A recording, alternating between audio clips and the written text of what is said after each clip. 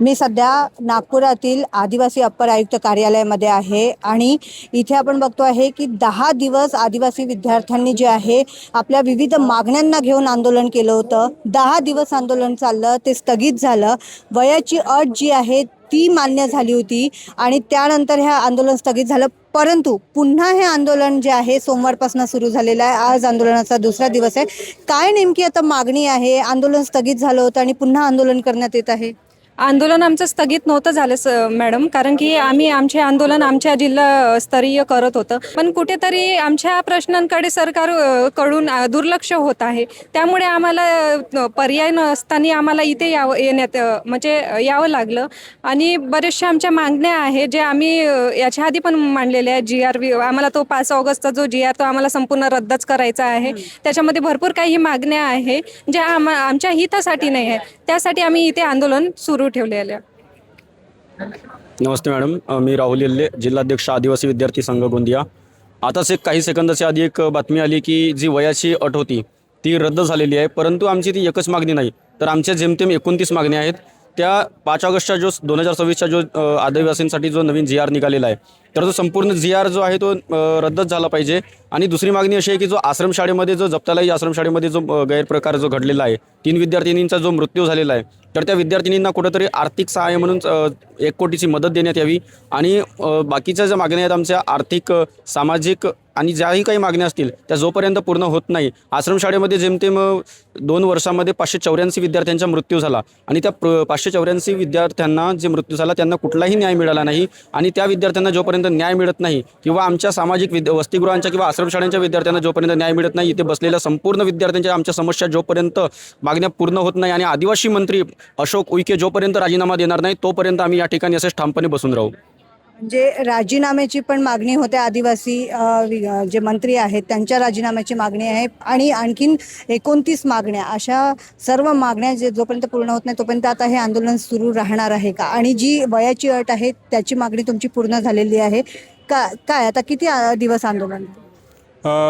एक लक्षात घ्या, जवळपास एकूण आमच्या 29 मागण्या होत्या। 29 मागण्यांपैकी एक जर का मागणी पूर्ण झाली तर 28 मागण्यांकडे आम्ही पाठ फिरवू शकणार नाही, कारण संपूर्ण महाराष्ट्रातील विद्यार्थ्यांचं लक्ष नागपूरतील विद्यार्थ्यांच्या आंदोलनाकडे आहे।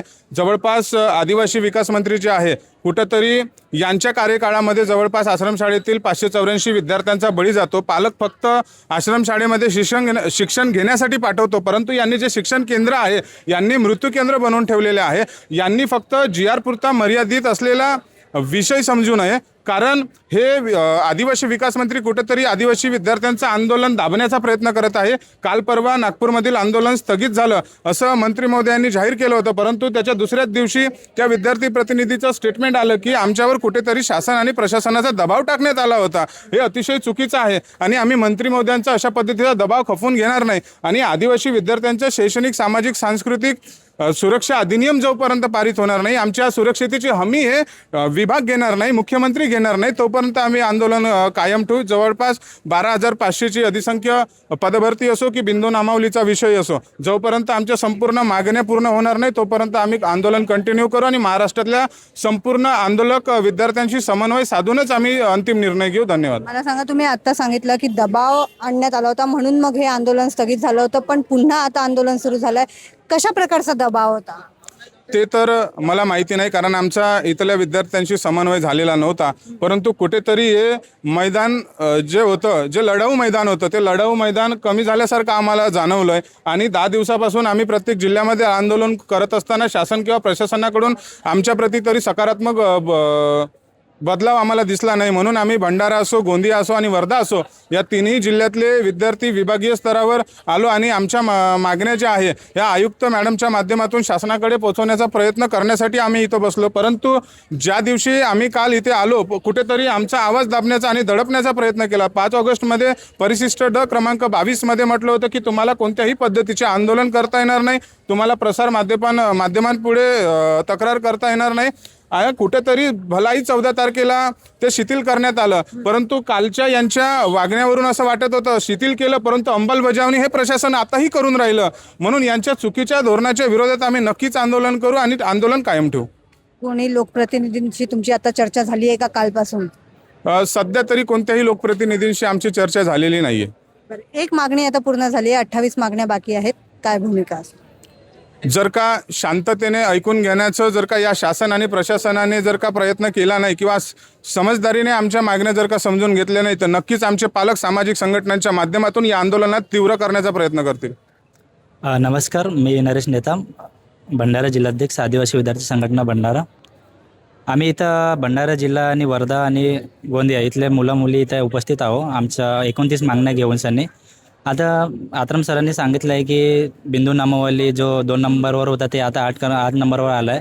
ते मागण्या आहेत. अजून एक सगळ्यात जास्त महत्त्वाचे आहे तो DBT जो खानवर जो चालू होता आधी आपला आदिवासी विकास विभागामार्फत जो वसतिगृह चालवल्या जातात त्या ठिकाणी DBT 2018मध्ये लागू केला आहे. तर तो बंद करण्यात यावा. हे जास्तीत जास्त म्हणजे पूर्ण ऑल महाराष्ट्रामध्ये जे आता चालू आहेत मोर्चामध्ये ते केंद्रबिंदू बनलेला आहेत. जो 5 तारखेचा GR आहे तो कॅन्सल झाला पाहिजे हे सगळ्यांच्याच हे मागणी आहे. पण DBT जो लागू आहे ते पण कॅन्सल झाला पाहिजे. कारण की समाज कल्याणमार्फत आपलं समाज कल्याणमार्फत वसतिगृह चालवलं जातात. तिथं आजपर्यंत तिथं DBT लागू नाही, तिथं खानवर चालू आहे. त्याच्यामुळे आमच्याशी असं भेदभाव नको हे सरकार, कारण हे DBT जो लागू आहे तो कॅन्सल झाला पाहिजे असंच आमचं मागणं आहे. अजून तर आपण बघितलं की 5 ऑगस्टचा GR रद्द झाला पाहिजे आणि 29 मागण्या ज्या आहेत त्यातली एक मागणी जी आहे ती पूर्ण झालेली आहे. वयाची अट ही जी मागणी होती ती मागणी पूर्ण झाली आहे, परंतु अन्य 28 मागण्या अजूनही पूर्ण व्हायच्या आहेत. त्यामुळे कुठेतरी हे आंदोलन जे आहे स्थगित झालं होतं, दबाव आणला गेला होता असं या विद्यार्थ्यांकडनं सांगण्यात आलेलं आहे. परंतु आंदोलन अजूनही सुरू आहे. जोपर्यंत मागण्या पूर्ण होणार नाही आणि आदिवासी मंत्री जे आहेत ते राजीनामा देणार नाहीत तोपर्यंत हे आंदोलन सुरू राहील असा पवित्रा जो आहे इथल्या आदिवासी विद्यार्थ्यांनी घेतलेला पाहायला मिळतो आहे. तर बघण्यासारखं असणार आहे की सरकार नेमकी काय भूमिका घेतं. क्षितिजा देशमुख, लोकमत.com, नागपूर.